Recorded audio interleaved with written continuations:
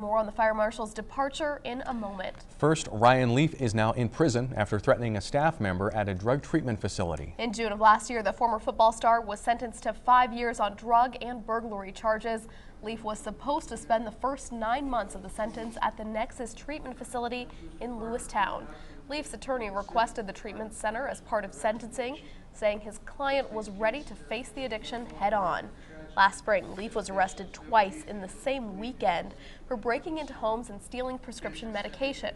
At the time he was arrested in Great Falls, he was on parole for similar crimes in Texas, which could result in more prison time once he served his sentence in Montana. The 21-year-old Great Falls woman accused of killing her 6-month-old baby is set to go on trial this fall. Jasmine Eskew's deliberate homicide trial is scheduled for September 16th, almost a year to the day after her child suffered fatal injuries. Last month, the court denied Eskew's request for bail reduction. She's still in jail with a $100,000 bail. Eskew is accused of shaking her infant daughter back in September. The baby died 2 days later in a Spokane hospital after being airlifted from Benefice.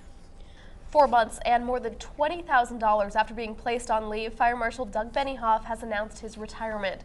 Benioff started his career with Great Falls Fire Rescue in 1986. He was promoted to Fire Marshal 5 years ago. Today, he submitted his notice of retirement effective immediately. Benioff has been on administrative leave since September. He faces 6 charges in connection with the death of Orville Lee Jones. The city manager's office reports Benioff has continued to receive his regular salary during his absence, totaling more than $23,000 since September 27th. We're told the future of Yancey, the state's only arson dog who arrived in Great Falls last May, is unclear. Benioff spent a month in Maine training with Yancey, and the dog is not trained to work with anyone else. High wind warnings are in effect for parts of our viewing area right now. Storm Tracker meteorologist Mike Rollins is tracking those strong winds for us this afternoon. Mike? Katie and Tim, these new high wind warnings were just issued within the last 20 minutes for Cascade County here and Toole County. Check out the warnings that are currently in effect. Judith Basin, Cascade, Toole, Eastern Glacier, and the Rocky Mountain Front, all under this high wind warning until 11 o'clock tomorrow. Sustained winds 25 to 40 miles per hour and gusts as high as 70 miles per hour. Those winds are in progress right now. I'll show you when the winds will calm down and when will cool down coming up. All right, thanks, Mike. One of Montana's largest ag shows kicked off this morning at the Four Seasons Arena. The 2013 Maggie features more than 220 exhibitors showing off the latest farming technology. The main message with this year's expo is figuring out how to feed more people with less land. This is where technology plays an important role, making production faster and more efficient, and the Farm Bill is also a hot topic. What I love about it is it's education to the city folks, and stuff, what actually happens in rural America, and so it's great for these people to be able to tell their story, and it's great for the city folks to find out that, their food doesn't come from Albertsons, it comes from the ground, and that's what it's all about. The expo runs through the weekend. Several 4-H and FFA competitions will take place during the course of the event. Senator Jon Tester was in Great Falls to help kick off the Maggie. In addition to talking to farmers and ranchers about the future of the Farm Bill, Tester also knew to expect questions on gun control and President Obama's recent proposals. Tester says his top priority is safety for children, and he continues to stress this is about much more than firearms. We're talking about a big issue, much bigger than guns. It's mental health, violence, whether it's video games, TV, and then you pit that against the First and Second Amendment, which are pretty darn important.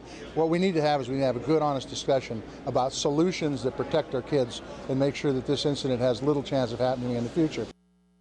Tester also mentioned he wants to see more specifics in the proposal from President Obama, such as how a military-style weapon is defined.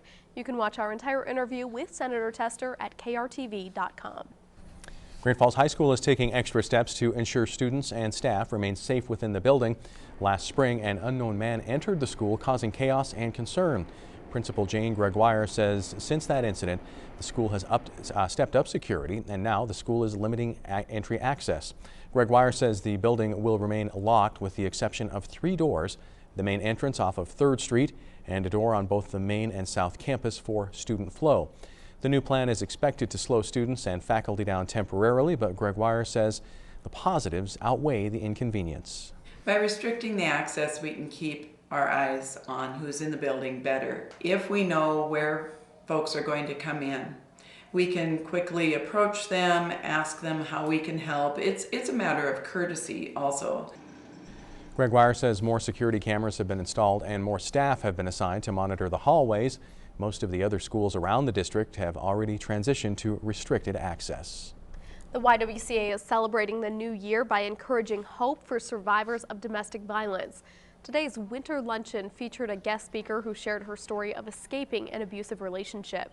Those in attendance say Polly's story is inspiring. One survivor tells us it reminds her of where she was 20 years ago before she found the courage to leave. I was beaten.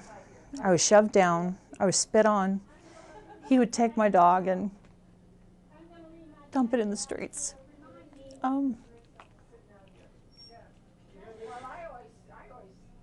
He would threaten me, and I felt like I was worthless. Skinner says the first step is the hardest, but after she was able to leave, she has grown and thrived. This weekend, she will be showing other women how to identify their strong suits and help them create a resume. That free workshop is on Saturday at the YWCA, and we have more information on that on our website. Tougher DUI laws were a trademark of the last legislative session. Now, law enforcement community is asking lawmakers to set a legal limit for people who drive under the influence of marijuana. Representative Doc Moore is carrying a bill which would set the legal limit at 5 nanograms per milliliter. Anyone caught driving with more marijuana in their system than the bill allows would essentially be charged with a DUI. In 2012, the Montana Highway Patrol reports of all the blood submissions sent to the state, nearly 490 of them were marijuana related. As a law enforcement officer, it is my duty to protect and serve the citizens of the state of Montana. And being a highway patrol officer, my duties are most geared towards people who motor up and down Montana's roadways. This bill will be very beneficial to us as law enforcement in protecting Montana citizens against impaired drivers. Two medical marijuana advocates stood up to oppose the bill, saying the limit is too low and it would make criminals out of the medical marijuana card holders in Montana. I think what you could do is just take the driver's licenses away of all medical marijuana users.